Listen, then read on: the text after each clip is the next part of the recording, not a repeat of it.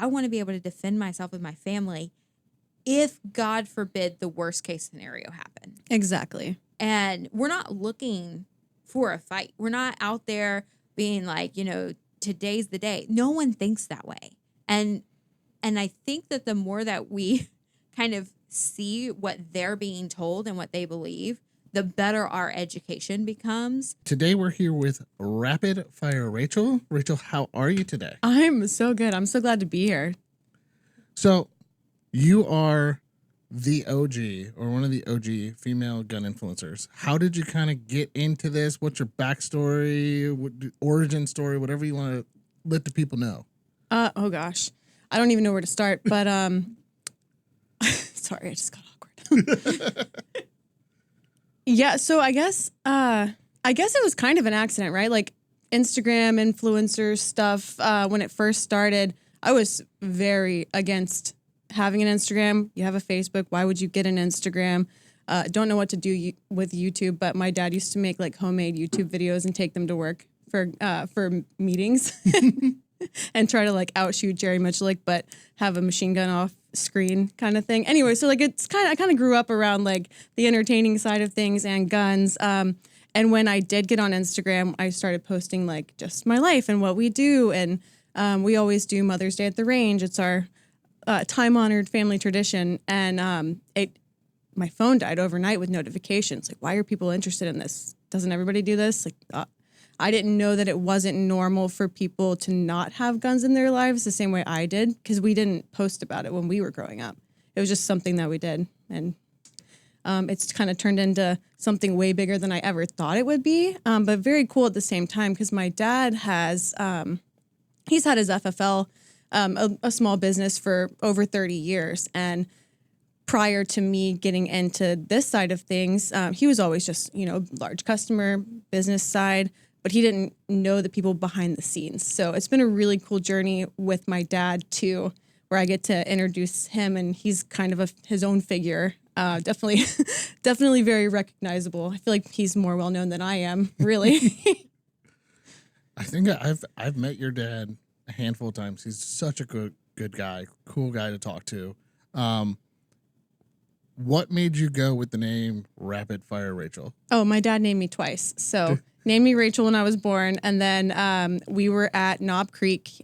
He took me, I skipped my college classes that week and went with him to Knob Creek. And we walk in, and he had told me about it. He had gone a few times when I was younger and like mentioned it, but we get there and the firing had already started. So you hear the firing line start up and your heart starts beating to the sound of machine gun fire. And it's just like an entire experience. We get in, we decided we wanted to try the jungle walk, which was a little side competition. And I actually ended up winning the jungle walk that first year. And it's kind of tricky. Like, you have to be good at actually controlling bursts. Everybody loves to do a mag dump, right? But specifically with the jungle walk, you have to be able to control bursts, because there's 18 targets that are hidden throughout the woods, and you have to walk through, find the targets, identify the targets, shoot the targets, but not spend too much ammo. And they do have one area where you do have to do a full auto burst across on the other side of the stream. So just finding all the targets is half the challenge. And I think they said I was the only one that found all of them. So very cool. I ended up, after we left that weekend, Dad started calling me Rapid Fire Rachel, and we stopped at Dinosaur World, and I bought a T-Rex that's mounted over my fireplace now as my trophy with the prize money. That's amazing. So, did your dad always have machine guns when you were growing up, or it was just kind of a new thing? No, I don't know a time when he didn't have them. I think he started buying. If he was here, he could tell you the exact date. I think the story goes that he didn't start buying until after the ban. And I think my brother was here, so like 89. And he was at our gun club and heard machine gun fire off in the distance, and like any of us probably would, proceeded to the sound of machine gun fire and met some guys that kind of explained how everything worked, and was like, okay, well, I'm going to start doing this, and started his collection. So. And it's a awesome collection. And it's never going to be complete. There's too many things. Well, that gives me a great follow-up, because you've gotten to play with a lot of guns, or handle a lot of guns that a lot of people haven't had the chance to? Top 5. These are hard. That's a hard. Yeah. It's hard to like pick guns that are your favorite, right? Because then it's like, what's your favorite for this purpose, or what's your favorite of just this line, or favorite American machine gun in World War II? Like, hard to pick just one. I will always have a very special place in my heart for a Thompson. So 28 Thompson, beautiful, the first machine gun I ever shot. I will love it forever. I also really love the BAR, and I really love the Bren. Those seem to be pitted against each other quite a bit, but they're both great for different reasons. Love both of them. I don't know what else to pick from. Okay, let me rephrase it this way. Do you have a list of guns that you haven't shot yet? Yes. What is on that list that, like, if it's at a range day, you're running over to go try it? Okay, so I would like to shoot a potato digger.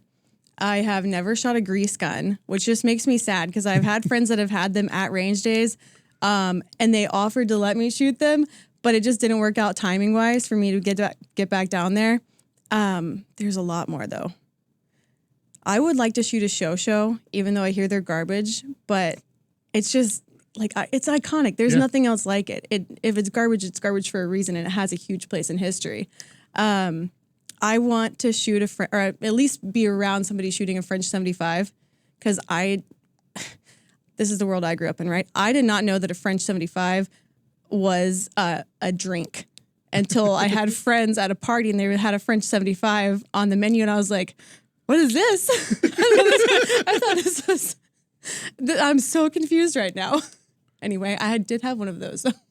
It was interesting. That is awesome. So obviously with machine guns comes a lot of machine gun shoots. Obviously, you already mentioned the Knob Creek shoot that's no longer happening. What was the atmosphere outside of winning at that competition there? The atmosphere leaving? Were you like counting down the days until you got to go to the next one? Or can you like describe that aha moment? Okay, so the very first one I ever went to with my dad, on our way home, we booked our hotel for the second one, which was 6 months later. So Knob Creek was twice a year, every year. We went every year for 10 years, except one spring when it had flooded. So yeah, as soon as you leave, I mean, you're booking the hotel for the next one. What's really cool is once you go a few times and you start seeing the vendors there, it kind of becomes like a family. So you see the same guys on the line. You see the same guys under the pole barn. You see the same guys running the jungle walk, or the same guys running the subgun match. It's just such a neat community. And obviously the gun community in general, it's big, but it's small. Like, you always see the same people at things. But there it's just like, it was just special. I don't know. I did cry leaving at the finale. It was just like, can't believe this is over, and I might not see all of these guys in the same place again. Yeah. Yeah. And because of that ending, you guys kind of took over and did your own event.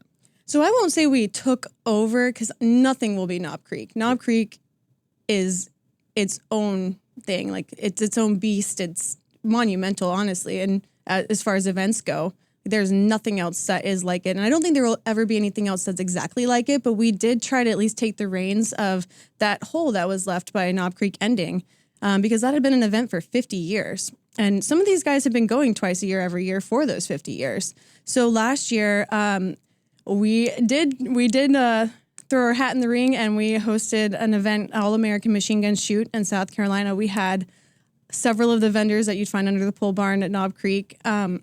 We also had several of the guys that you'd find on that main firing line. So it was kind of like getting all the crew back together.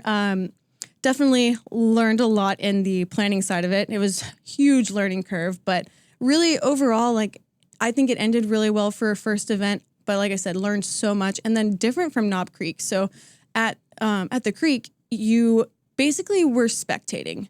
If you weren't on that main firing line, and it was very hard to get a spot on that unless somebody were to pass or just not come anymore, which no, people Right. kept those spots pretty close to their chest. So if you weren't doing that, there was a rental range or subgun match or jungle walk. That was kind of your options for shooting. At All American, we were able to bring some vendors in because we had extra range space. So we had folks out there like Barrett was set up shooting 500 yards at a car for people to try. LMT Defense was out there. They were actually demoing a new suppressor. I'm trying to think. Rugged Suppressors was out there because it was actually local to them, so it worked out really well. Glock was out there. They were a crowd favorite for specifically people with kids. Doug was the one running Glock, and people were praising him for how well he did with their kids, teaching them. So it was just really, really cool. We had a lot of other. We had somebody on every range space, including awesome. a local team that was out there running a kids competition. So it was really cool just to kind of see all of it come together, but give more for people to do other than just watch. That's amazing. I will never forget the first time that I went to a machine gun shoot. The first one I went to was the Big Sandy shoot in Arizona. And outside of the minor concern for how far out in the desert it really was, and our rental car getting downgraded because our flight was delayed. So we were taking this little bitty Nissan Altima. And I was like, I don't know if we're going to make it, guys. So it was a little bit scary getting there. But once we got there, it was one of the most welcoming experiences I think I've ever had at a range event. We were setting up our 10-inch GOA. And one of the things that I love about the machine gun shoots is they are so purpose driven for community engagement. And at the Big Sandy shoot, like they even have, I think it's the 4-H out there that's like flipping hamburgers for everybody. Oh, and so like, cool. it was such a cool event. I got to shoot some stuff that I had never shot before, which was great. And just in the rental booth. But it was one of those like, everyone should do this at least once. I think you need to. I know there were so many people that counted on Knob Creek never going anywhere. And so when they said, hey, this is the finale, first of all, it was packed. Like, I think they said over 20,000 people. It was insanity. Yeah. We slept in the car the next morning so that we could make sure we made our match time for the subgun match. But also on a different note, I just love hearing that GOA would be at an event like this because there's a lot of 2A, Pro 2A things that wouldn't touch machine guns. Oh yeah. We're no compromise for a reason. Like it is so a part of our culture. Actually we had several people on staff attend the last Knob Creek. Obviously there was no vendor space. Oh no. To be had. There was no space for spectators either. It was packed. But several people went. We have, I know the West Virginia machine gun shoot. I forget the name of that one. There's Lost River, I think. Yeah. And then Pennsylvania as well. And we often have teams of people that attend these shoots because they're vital to keeping it's vital to keeping the community together, but also for so many people who own or wish to own a machine gun, everyone kind of looks at you crazy, right? But it's a vital community that's worth protecting and it's worth advocating for because, and I don't know how to phrase this. Well, it wasn't, too long ago where machine guns were right next to regular guns. I mean, it's been since 86? 86. Yeah. So like it's there's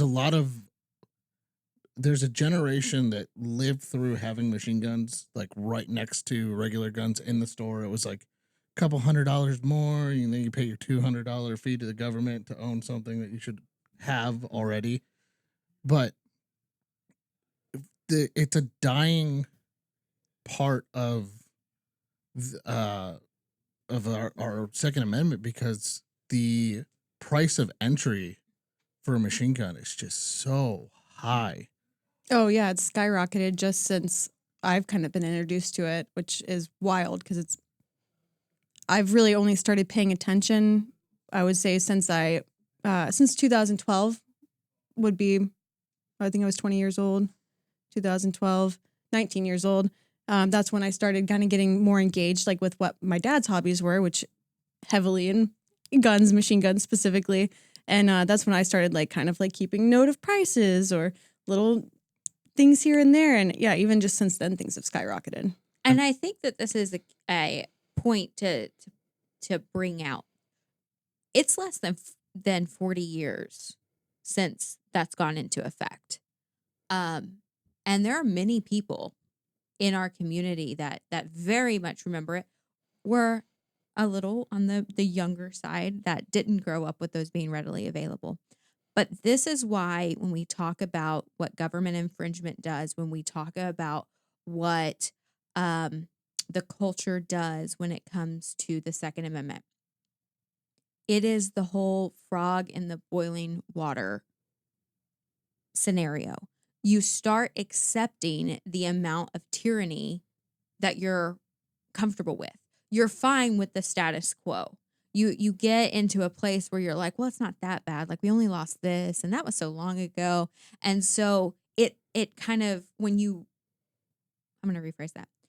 When you get to a place where you're understanding that this is something that is your constitutionally protected right, and you should have those rights restored, it catches people off guard, especially at the governmental level on, why do we want to see the NFA repealed? Why are we talking about the 86 Gun Control Act? Why do we want the restorations of our rights? Because after all, it's the status quo. And shouldn't we just accept this as fact and as permanence? Because that's what they want.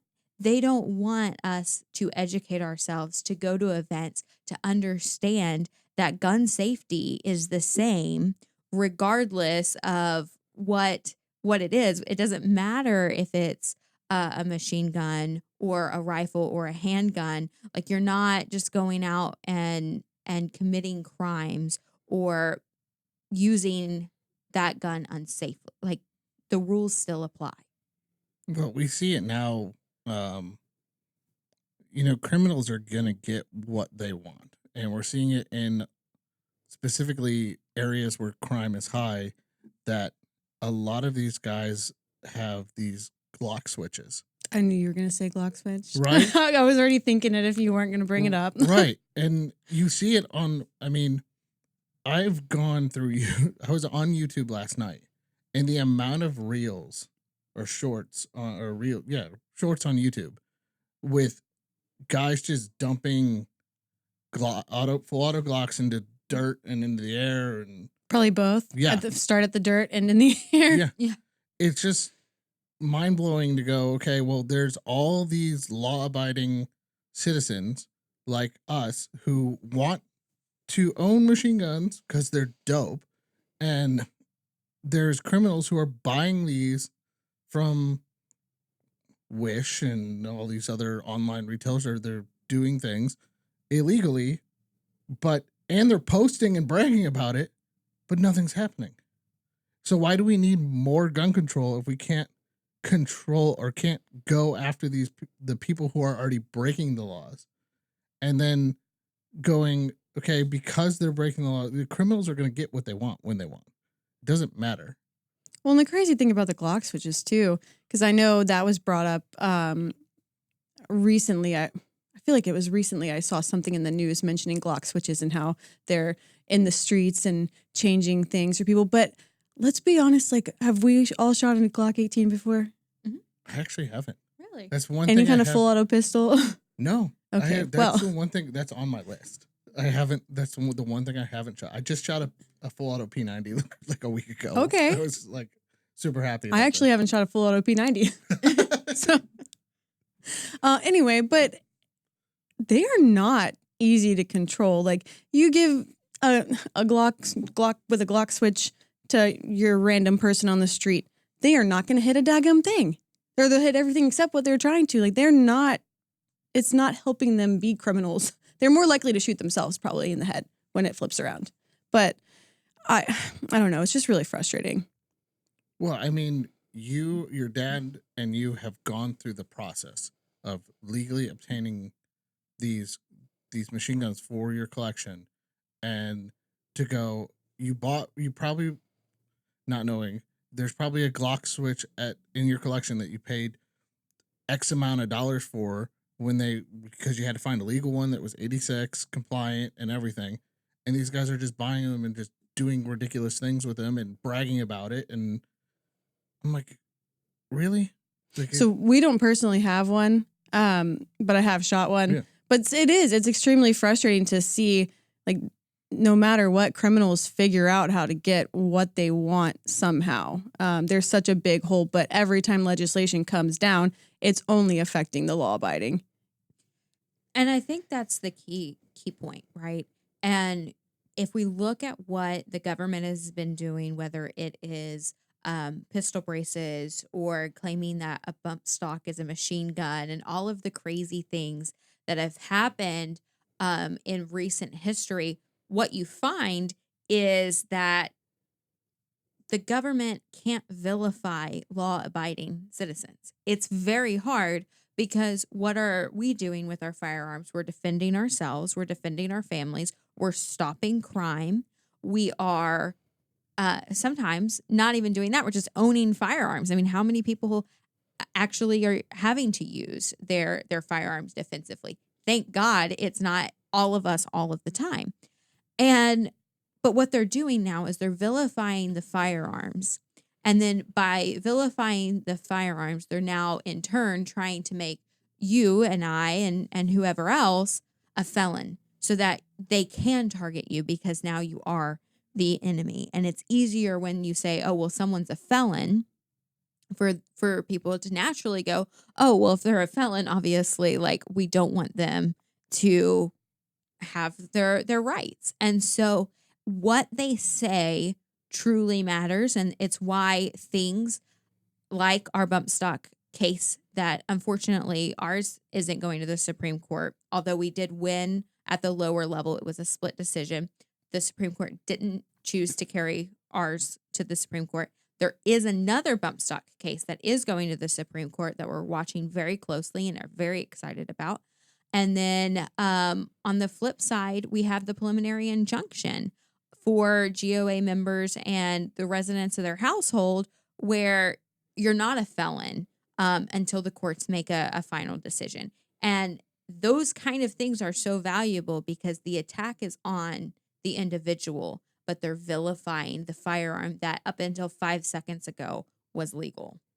Well, as I choke over here, let's talk about not only that, but they're going after the FRT triggers, and they're going to people's houses, and they're going, oh, because you were on a list of people who bought an FRT trigger, you now have to give that up. We've all shot probably an FRT trigger and an M4. They're not the same. They are definitely not the same. There's not the same rate of fire. Like, well, and they don't function the same either. Right. Yeah. It's force reset for a reason instead of full auto. But and they just make things up as they go along, you know. ATF changes. Well, it's fun to redefine things, so. Yeah. Well, it's one of the craziest things because just going back to the bump stocks for a brief second, bump firing was not made illegal. A piece of plastic was made illegal. You can still bump fire with your belt loop.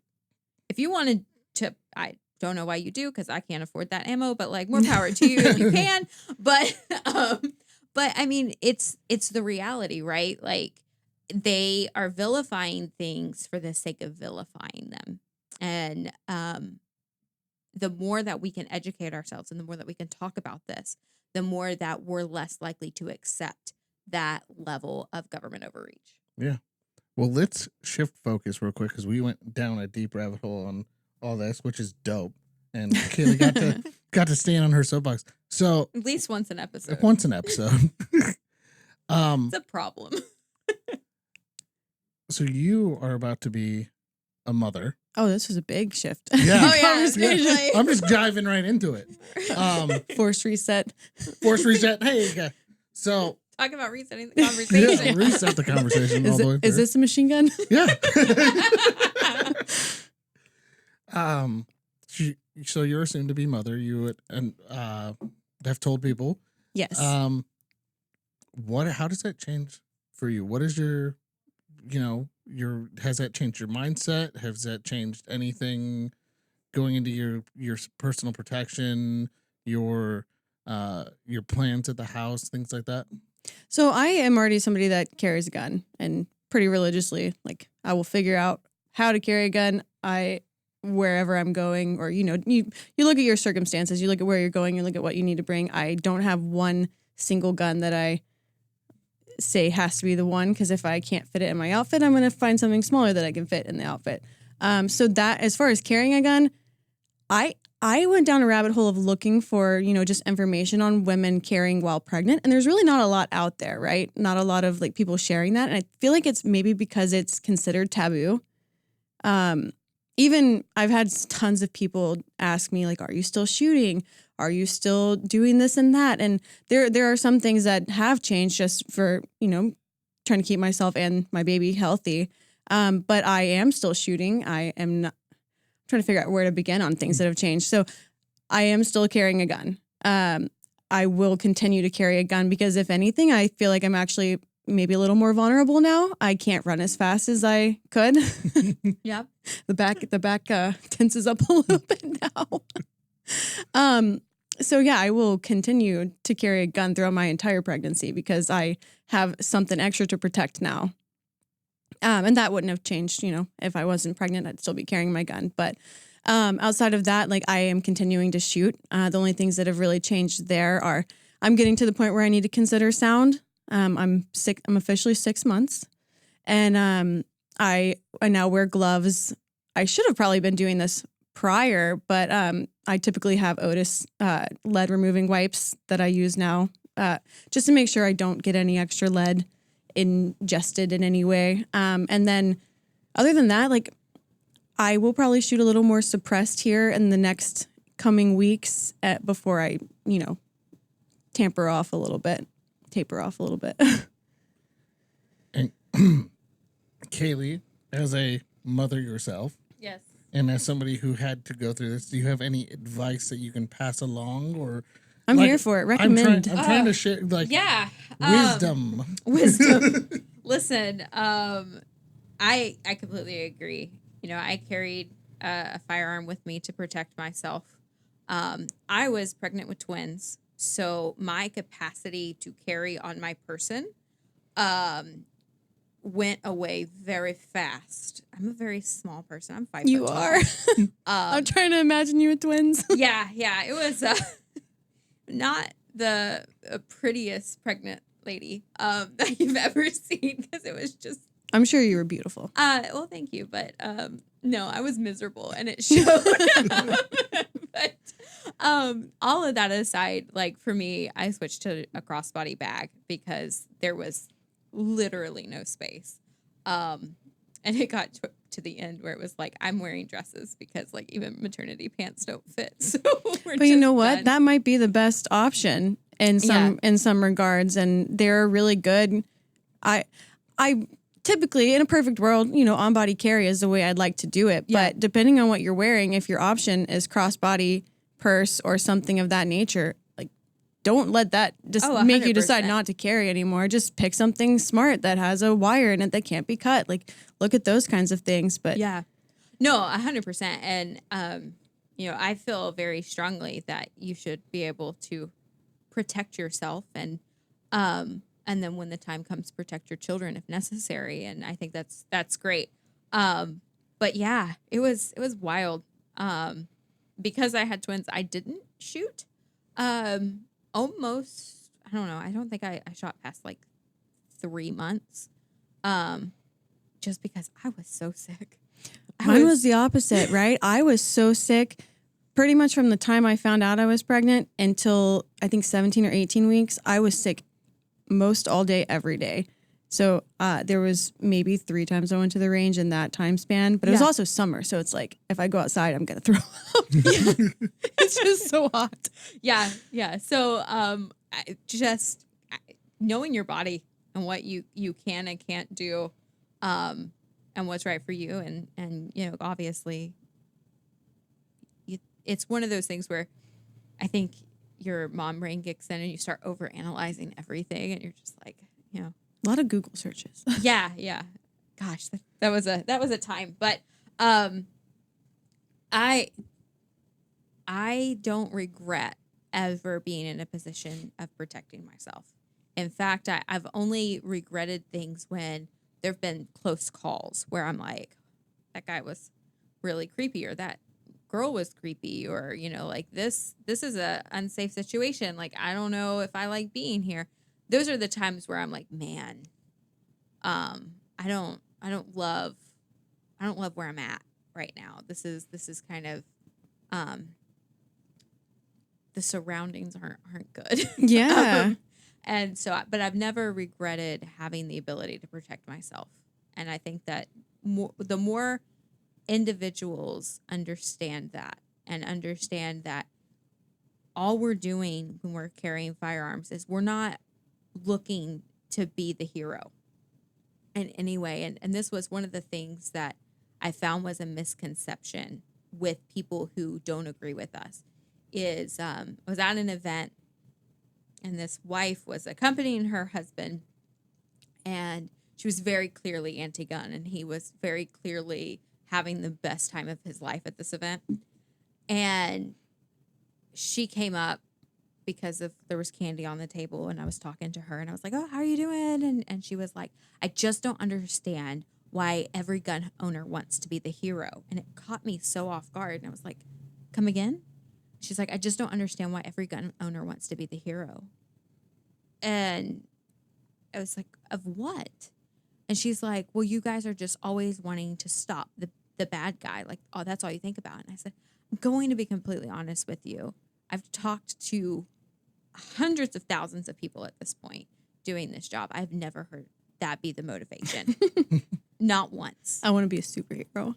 No one thinks that way. What they do is they go, I want to be able to defend myself and my family if, God forbid, the worst case scenario happened." Exactly. And we're not looking for a fight. We're not out there being like, today's the day. No one thinks that way. And I think that the more that we kind of see what they're being told and what they believe, the better our education becomes to ensure them like, no, that's not it. I'm carrying a firearm because I'm a 5-foot female. And if the wind blows really hard with as clumsy as I am, there's not like a huge chance that I'm not, going to like trip and fall over myself. Like that's just me as a person. Right. But it's knowing that, hey, you know what? My life has value and there are bad people in the world. And if it's me versus them, I want to know that I'm coming out of the situation. I got a question for the both of you. As mothers, because I'm never going to experience that. Because you may be around the kiddo more than most people, has your thought process of changing your firearm ever came to mind? Like going, hey, I need something with maybe a little bit heavier trigger, or I need something with something different. Has that ever crossed your mind, or is that something you have to think of or consider? Safety is what you consider. Yeah. So I think it's ensuring that there is a, I don't really like that question. And the reason that I don't like that question is because my kids won. Yeah. So it's something that I think would evolve. Yeah. Like I'm thinking, obviously my kid's not here yet. Yeah. But I know how I was raised, right? And I also think I was maybe raised in a different world. My parents didn't lock guns up. It was not something that was foreign to us. I started shooting when I was 3 years old. But my parents were very specific. I actually didn't even know about Eddie Eagle, but my dad basically taught us Eddie Eagle. I just thought it was something my dad made up. But he applied that to like anything that's dangerous. Like if you saw a snake in the yard, stop, don't touch, leave the area, tell an adult. But it was the same way with guns, and he was so forthcoming with like information. It was never hidden from us. It was never something that was foreign or scary or a mystery. We knew exactly what that was, exactly what it did. And if we see it out, don't touch that because we need to tell dad that it's out. I don't necessarily plan on, just leaving things out for my kid to find. But I think just in general, the education of kids is so important so that you're in charge of the narrative, right? You're in charge of how they learn about guns, how they learn about it. It's not a mystery to them. They're not seeing it in a video game and it's cool and it's a toy. They're being taught from you, this is very important. This can cause harm if it's used wrong and in the wrong place. And I think that's, once your kid's at the age of understanding. But yeah, I mean, we're both kind of in the point where they're a little too young for any kind of. Yeah, but it is something. But it is something that you start with the conversation, and maybe it's because of my line of work, maybe because it's the fact that we live on a farm, but like guns are just so much a part of everyday life that it's a regular dinner conversation, and it's a regular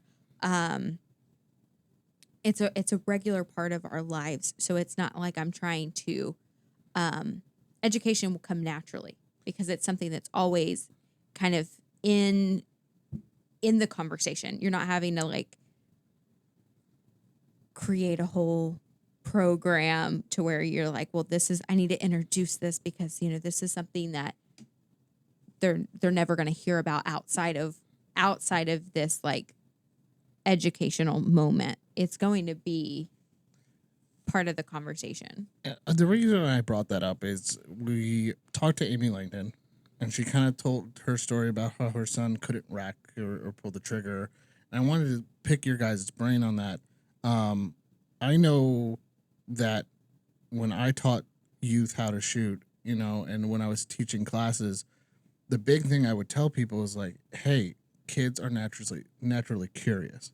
They're going to want to know. So if you tell them don't do something, never tell a kid don't do anything. Because the minute they hear don't, it's go do it. Because that's what I want to do. Because they told me not to. And kids are curious. And I didn't know if you guys, I wanted to see like if you had any advice to, soon to be parents or as a parent, what's the right age? I mean, you said you were at 3. I was about the same age when I started learning about gun safety. It was always the same thing. Like, hey, don't touch, become an adult. You learn these things.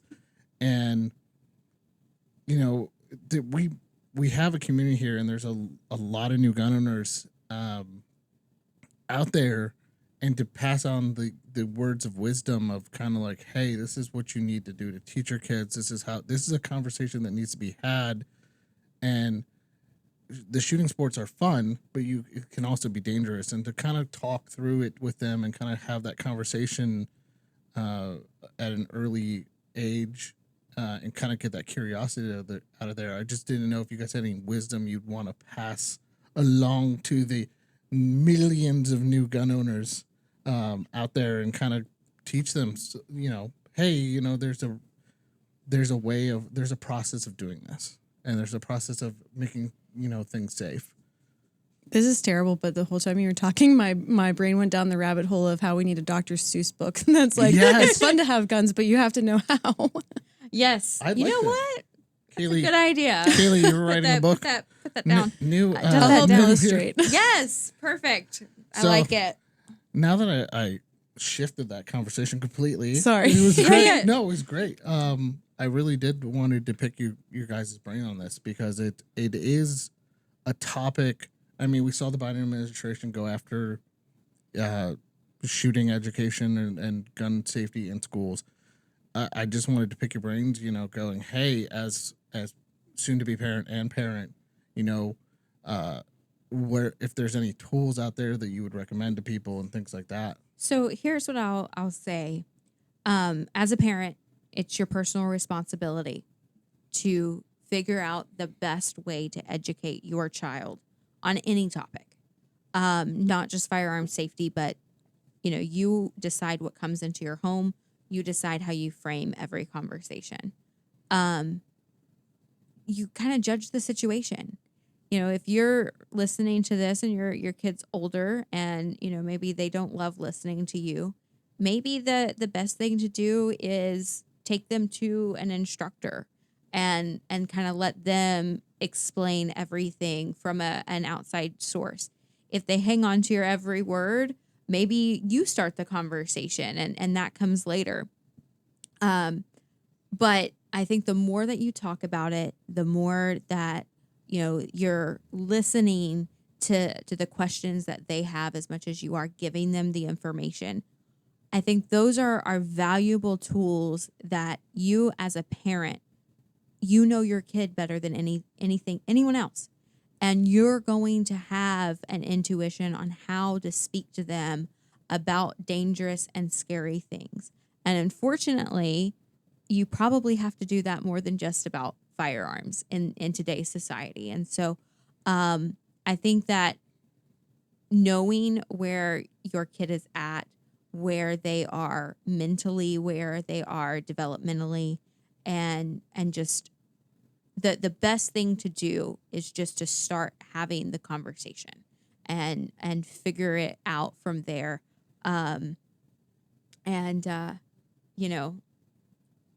It's not quite a Dr. Seuss style book for the Second Amendment, but one of the best gifts that I was given was actually by my mother-in-law, and it is like the ABCs for the Constitution, and it has like a whole little section on the Second Amendment, and that's awesome. He may be tiny, but he's already started his educational journey. But that's so important. Yes, I agree. At any age. I mean, I feel like there's a lot of Americans that don't know anything in our Constitution. Unfortunately, maybe everyone needs the ABCs to the Constitution. I think so. I like it. I mean, being 90s kid, like I remember not having to worry as much as a kid. Like we used to ride our bikes everywhere. We'd go ride our bike up to the convenience store. Now it's like, you can't do that. You can't, and it's sad, but we didn't have cell phones. You just kind of disappeared for the day. Oh yeah, it was like get out of the house. Don't come back until the street lights are on. Exactly. And that's dinner time, and then you can go back out until the lights, the house lights start turning off. You need to get home. And I remember we played until we would run around the neighborhood until at least 10, 11. We were always outside. Yeah. Oh, yeah. Always climbing outside, trees in a stuff. creek, doing stuff we probably shouldn't do, like crawl under the culverts and stuff under the roads. Yeah, going and building tree forts out of things. I remember. Oh yeah. Oh, we set booby traps in my backyard when I was growing up for my cousins. Cousins, if you listen to this, sorry. You never came to visit though, so you're lucky. But we used to dig booby traps and like put rocks and pine cones in and think like, oh, if they come here, they never wore shoes growing up, so they're gonna fall in this and get. We were mean. We used to do. It's funny because it's kind of maybe have gotten into my Second Amendment journey, but we used to make bows as kids.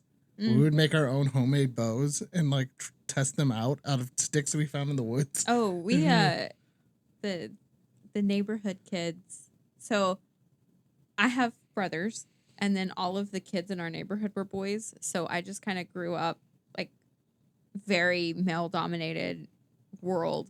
And we used to pick up like sticks out of the woods, and like those were firearms, and we would have like entire like war reenactments. Oh yeah, like that spanned like 3 or 4 houses across. Sometimes nature makes the perfect gun out of like a stick. Yeah, I have 2 in my garage right now that look identical, and I'm like, I can't throw these away or burn them. Like I have to keep these because they're very cool. It's sad that, and I don't think we've ever talked about this on this podcast, but it's sad that when we were kids growing up, even in school, you'd grab a stick and you'd play wars or cops and robbers, And there was just a kindergartner a couple months ago who got Alabama, who got suspended from school for playing with a stick gun. Oh, it goes so far beyond that, and GOA has we've been monitoring it. We've been what is it called when you don't file legal action but you threaten legal action? I'm looking for a word. Threatening. I don't know. I wish I could help you. It's not threatening. There's a word for it. Okay. I'm just going to kind of rephrase this. But yeah, so GOA has been working alongside. There's a whole story about it on our website. And then also, if you shout out to our sister organization, Gun Owners Foundation, their show, Shots Fired, kind of did a bigger deep dive in it. But what's awful is not only was this child suspended for playing cops and robbers with finger guns on the playground, but they have put in his permanent record that he's potentially dangerous. Oh my gosh. And so when you're looking at a world, and this is Alabama that we're talking about, like this is not some crazy like New York or California or New Jersey kind of thing. This is Alabama, for crying out loud. And, you know, if you look at a world where you have red flag laws that are gun confiscation orders with no due process, and you have a school district wanting to label someone as potentially dangerous starting at 6 years old, I mean, this has substantial ramifications.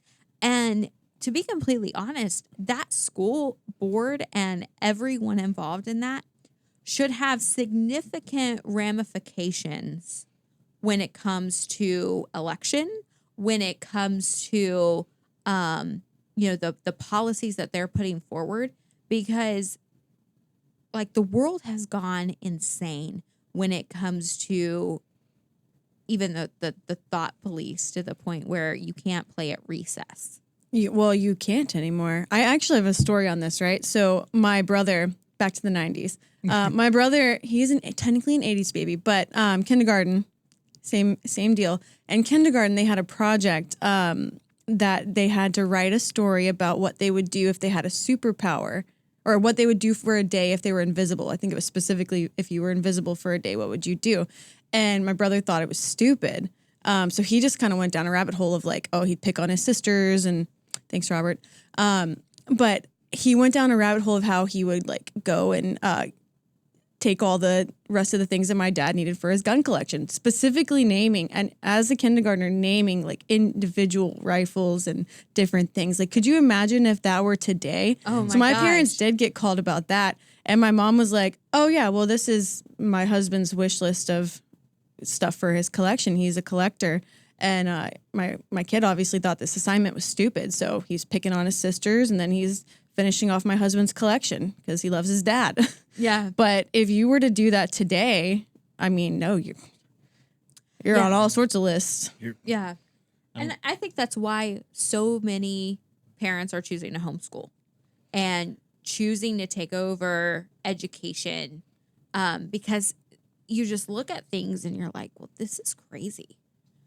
This goes far beyond, Common Core or, not spending time with your children. This is fundamentally how culture is made.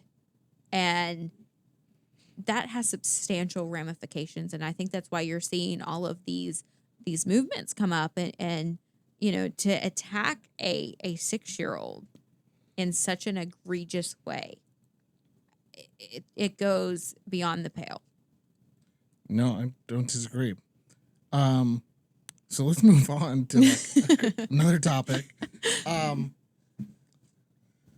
So you focus on testing different types of guns for everything that you do.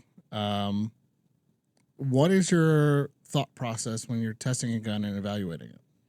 So, really, I probably could do a lot more there. Like, I'm not somebody that's gonna take a gun out and just like say it's the best thing ever or just completely bash it. What I want to see is, I wonder what their intention behind like pushing this gun out was, right? So like if you look even just in the just concealed carry guns, there are so many different options, right? And there is some major hate from some people about different brands because why would you ever want this? Or why would you want a manual safety? Or why would you need, there's so many different areas that you can look at for what you want, even just specifically as like a concealed carry gun. But what I like is options, right? So I almost more like to showcase things. So what is this? Why is this here? Why does it have a manual safety, and why could that be good for somebody that might not necessarily be comfortable carrying one without it? That's more the line I like to go down, is just showcasing. And if something really is garbage, like I'll give you my opinion, but I like variety, and I like weird stuff too. So I think you and I are the same on liking weird stuff. Yeah. I've seen some of your posts where you did a gun a day. I did. And you had some of the coolest and weirdest things, and you just broke down the history. And what was the response from people on that? So I had no idea going into it, like how much people would really enjoy that, but specifically on Facebook, right? So Facebook, there's a share button, and people could be like, oh, this girl's posting a gun of the day every day. And it really was awesome. But what I loved was reading the comments. People would share stories. Like I posted a Sears shotgun, and they were like, oh yeah, my granddad had one of these, and this is the first gun I ever shot. Like I'd get people's stories and how it related back to them. Or on a different note, they'd be like, I've never seen this before.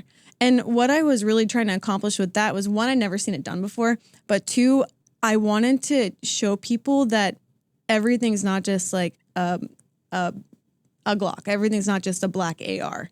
Like there's so much different stuff. And we went down like history rabbit holes. I found there's a pawn shop that got this crazy collection close to us, and they called me in and they were like, hey, we just got all these guns if you want to come do some gun of the days. So it really turned into like a community project, and I ended up spending a little bit of money on that collection.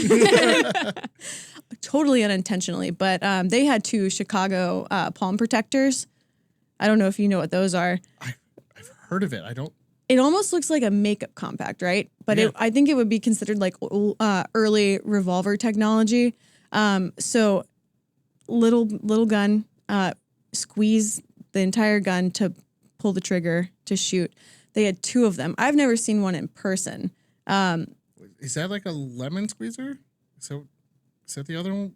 I don't know what that is, but the Chicago Palm Protector. I'll show you a picture when we leave. Anyway, I walked out with both of those because I'd never seen one before. And they're also like 1889, I think. Yeah. So not a gun anymore. Well, it's funny that a lot of people don't know or don't remember that Sears used to be like one of the largest suppliers of guns in the whole country. Like there was a catalog, you could pick out what you want. There was a photo that's been floating around every holiday season of the Sears catalog from the 60s, I want to say, with the family around the Christmas tree, and everybody has a gun in their hand. I'm like, I want to do that again, please. Let's do that. But like, people make fun of me because I have weird stuff in my collection that all ended up in a boating accident. But crazy how that happened all at the same time. In the desert, too, by the way. Well, didn't y'all get like a flood this year? I heard there was a hurricane or something. Yeah, we did get the Great Flood. Yeah, the Great Flood in Phoenix. But yeah, we had like, people make fun of me because I've got like, especially Mike Mills from Tactical Considerations. He comes up to me and goes, how many Makarovs do you have? I'm like, oh, shut up, Mike. I've got 2, okay? He goes, well, how many Tokaros do you have? I'm like, I've got 2, okay? Like, leave me be. But I collect weird stuff, and people are always like, why do you collect weird stuff? I'm like, because this is our history. Mm-hmm. If you look at, let's take Australia, for example. Australia, they took away all the guns. How much history got destroyed? How many things? Look at the gun buybacks. We see it all the time. There was a lady, where was it? It was in, I can't remember the state, but it was some state. She had an STG-44, a Strundewehr, original, and she turned it in, and the cops were like, you don't want to turn this in. They actually told her that? Yeah. No, because they're like, one of them actually knew what it was. Yeah. And they're like, this belongs in a museum. Like this is an original, and a lot of people don't see like it's not just a gun, it's history. Like I have guns from World War One. I've got guns from World War Two. I've got stuff that some people are like, "What? Where did you find that?" And that's the thing is like we're by doing these programs and things like that, we're getting rid of not only our history but world history, and that's kind of why I got into collecting because I'm like, I want one of this and one of that, and I want things from World War One, and I want things from World War Two, and I want things from the Cold War, and I want this, and I want machine guns, and hashtag repeal the NFA. So I had to get that in somehow. Yeah. But yeah, it's. I appreciate you doing that because there's a lot of cool things that people don't get to see, or you get to see. You read it in a magazine, you're seeing a book or in a museum, and they're out there. You can buy them if you find them. Right. Well, it's kind of amazing to think that we live in a world where there's so much technology at our fingertips, but then something like that could happen at a gun buyback. Like you didn't just happen to look up what you had. Right. We have so much information right here. That's not the first one I heard. I had a buddy who worked at a Dunham's, and this lady came in. Her husband died. He was a World War II vet, and they cleaned out the attic and they found a whippet gun up in the attic, original BIR whippet gun. And he's like, "You need to go take this home, and you put it away, because first off, we can't buy it.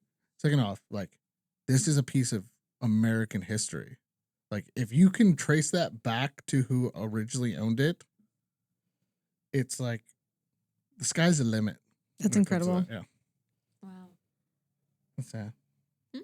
It's great. Like, that's the thing. Like, there's so many things. Like, one of my buddies, and I'm not gonna mention his name. He was tearing down a barn in, I want to say it was Missouri. And under the floorboard, they found a Schofield, and on it was a note that said, "This belonged to Billy the Kid." Oh man! And he's like, "We're not getting rid of this." No. Like, and that's the thing. There's like, think of the history of things that could just disappear. Yeah. If they get their way, like. But no, and then the only way people have to remember any of this by is watching movies, but that's not, like, I like the hands-on stuff. That's why I like going to Knob Creek. Some of those guns I've never seen shot anywhere else but the creek. I think we need the hands-on stuff. Yeah. Either that or even just walking around the pole barn there. I mean, you'd see stuff that you'd never see anywhere else. Yeah. And it's the experience. Exactly. And that's the thing that they can't take away, right? It doesn't matter if you're going to a machine gun shoot or you're taking someone to the range for the first time. If you can give them an experience, if they can have a positive relationship with the Second Amendment community, with the firearms, it changes the perspective and it makes us stronger as a community. And that is the thing that I love the most, is when there's an event and you see the apprehension sometimes. I'll give you an example. So GOA has been sponsoring this event that happens outside of Detroit for many, many years. And it is a women's range day, and it is expanded to now it's multiple ranges right outside of Detroit. And you have women who have gone 1 year and then they bring 5 friends, and you talk to them before they go into the training class for the first time. And they're nervous, and you can tell when someone's really closed off, and this is so anti the culture of that area. And so they're maybe hiding from the cameras as people are taking selfies, and all of you have like the people who are really excited and the people who are really apprehensive, and you can really tell the difference. And something happens once you take them through that couple hours of an experience, and they come out and they are so excited that they did it. They're so excited that they changed their mindset, and they're like, wow, I can do this. I can participate. And I think that that is the same kind of momentum that is so important when we go to especially things like machine guns that have become so rare. When we talk about the fact that not everyone can own one, very few people get the chance to shoot these sort of things. When you can give people the experience, it changes from, wow, that is, incredibly dangerous to, well, I did that and that was super safe and I had a great time. And why can't I have this?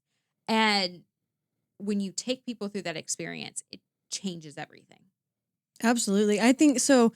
For me too, I have enjoyed, I've had the opportunity to go to a ton of industry events, right? There's stuff pretty much every month. But something that I wanted to do when we did our All-American shoot was I wanted to make sure it was public. And that, like I said earlier, people actually got hands-on experience. And to me, that is cooler than anything else, because while it's cool to be able to go to some industry-only events, I think it's even more special when we can open it up to the public. While it's also, I mean, I know the liability and stuff on that too now after doing an event, but it's so important because you watch a kid get to shoot a gun for the first time, or you watch somebody pull a trigger on a machine gun for the first time. And while I will say yes at every opportunity I get to shoot one, it's almost more special to watch somebody else get to do it the first time. Yeah, I agree. So it's, yeah. Well, since you said the Detroit event, we've got an event coming up in March. March 8th, International Women's Day at the Range in Dallas, Texas. So that is coming up here. Put it on your calendar. Yes, open to the plug. Yes, it's going to be open to the public. We're going to have hopefully a lot of women come out, and it's going to be a great day. We're excited. It's one of those things where we're changing the conversation because everyone wants to talk about especially on International Women's Day. Let's call it International Women's Range Day. That'd be awesome, and that's our event, but that's not the name of the day. International Women's Day. We're always talking about women, are powerful, and all of these things, but we never give the ability to say, okay, yes, you are powerful, but you are also able to defend yourself in a powerful way. And how the disconnect has happened in our society where those things aren't just understood is crazy to me. And I think it is something that we need to change. And I'm excited. I'm excited to see everyone come out to the range. I'm both excited that y'all are doing this, but also bummed because I'm going to have a baby like 1 week before that. So I'm not going to be able to make that one. It is all good. We'll get you on the next year. year. There. I'll be there the next year. Well, we've been over an hour now. Let's go ahead and wrap up things. That was a fast We need hour. a part 2. Fast hour. Yeah. We need a part 2. I got more stuff to ramble about. Definitely part 2 with Rachel coming soon to a theater near you. Wow, that was a great, weird. I can't wait to see the movie poster. Yeah. We actually took a dope Charlie Angels I was picture just before this. thinking that. That's the movie poster. That's the movie poster. I love it. So Rachel, where can people find you, and what's the next cool thing you're going to be at? If people want to say hi. Okay, so find me at Facebook, Instagram, Twitter, X, whatever it's called now, TikTok, all of that's Rapid Fire Rachel, or Instagram, it's Rachel B333. Probably have to spell that all the way out because you know how shadow bans and things work these days. Yes. But, the next cool thing I'm going to be at, so I'm actually going from recording this podcast to CanCon. I don't know when this will be posted, but that'll be the next and probably the last thing I'll be at for the year, and potentially before I give birth. So I'll miss SHOT Show this year. Oh, we'll miss you there. Nothing sounds good about being 36 weeks pregnant in Vegas, though. No. Yeah, she went through it. I don't blame you. Cool. Fair. Well, Rachel, thank you again. We appreciate you being on. Yeah, no, thank you for having me on. This was a fun podcast to be on. So part 2 coming soon. Yeah, to part a theater. Or tease it. I'm lobbying now. Yes. I love it. We'll do it. Yeah. Cool. All right. We'll catch you guys on the next one. Check you later.